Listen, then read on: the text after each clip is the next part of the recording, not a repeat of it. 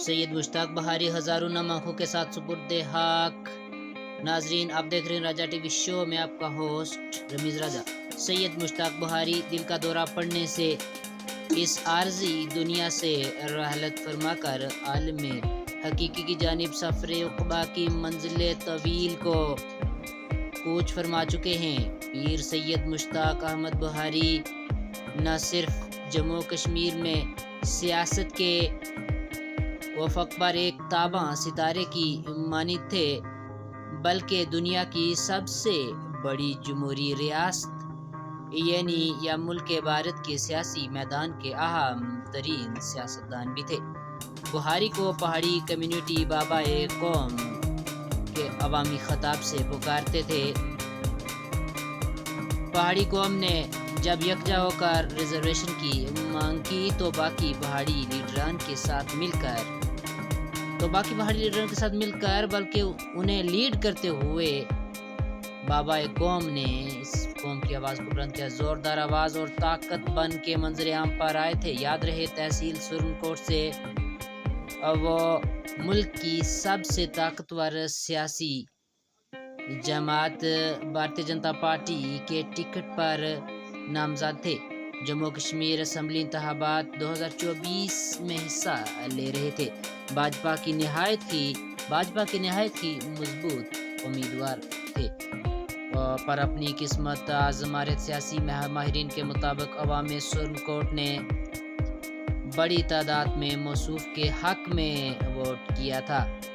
खिता पीर पंजाल की गुज़श्ता तारीख के औराक की जब वर्कगिरदानी से मालूम पड़ता है कि सैयद बहारी की नमाज जनाजा में रिकॉर्ड तादाद में अवाम ने शिरकत की। बवक्त सैपैर मौसूफ को उनके आबाई कब्रिस्तान में सुपुर्द हक कर दिया।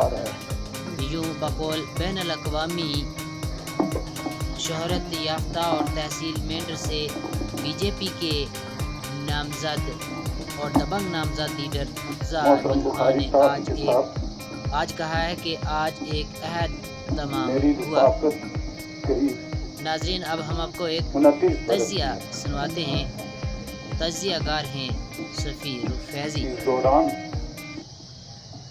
हम कई बार आपस में झगड़े, बहस तमीज़ की, इख्तिलाफ राय किया, लेकिन हमेशा मोहतरम मुश्ताक बहारी साहब की राय मोतबर ठहरी। उन्होंने इस पूरे खित्ता पीर पंजाल के लिए जो काम किए हैं, जो दर्द दिल उनके अंदर मौजूद था, उसको मैं बयान नहीं कर सकता, क्योंकि मैं बावजूद इसके कि ये दावा करता हूं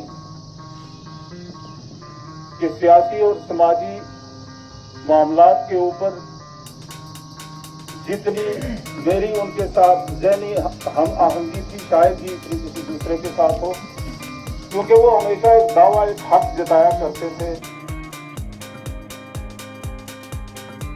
हमारे साथ सफ़ीर फैज़ी बैनुल अक़वामी शोहरत याफ्ता तज़ियागार जुड़ रहे हैं।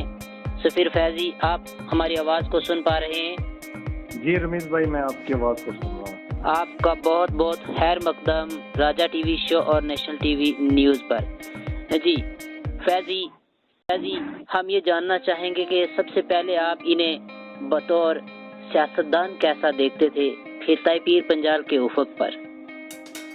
देखिए रमीज भाई, सबसे पहले तो आपका मैं दिल की अथागराइयों से शुक्रिया अदा करता हूँ कि आपने मुझे यहाँ इस बहुत ही अहम और इतनी बड़ी रियासत जम्मू कश्मीर की बहुत बड़ी शख्सियत के ऊपर चंद अल्फाज बोलने के लिए कहा है।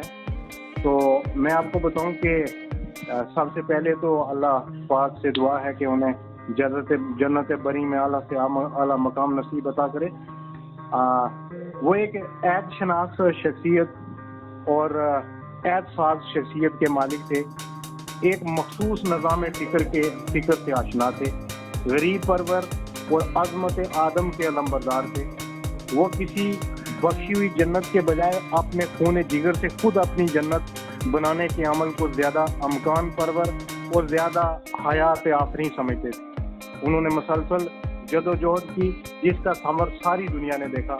और मैं समझता हूँ कि इतनी बड़ी शख्सियत के ऊपर चंद अल्फाज कहना या कुछ कहना मेरे बस की बात नहीं है, मेरे पास अल्फाज नहीं है जिनसे मैं उनके मतलब कुछ कहूँ, लेकिन इतना ज़रूर कहूँगा कि बड़ी मुश्किल से होता है चमन में दीदावर पैदा। इस तरह की अजीम शख्सियत सदियों में पैदा होती हैं, और मेरे ख्याल में उनके जाने से जिस तरह एक बड़ा खला जो रियासत जम्मू कश्मीर के अंदर पैदा हुआ है, उसको पुर करना मुश्किल ही नहीं बल्कि नामुमकिन। फैजी नाजरीन, ये थे ज़फ़ीर फैजी, आलमी शोहरत याफ्ता तजियाकार।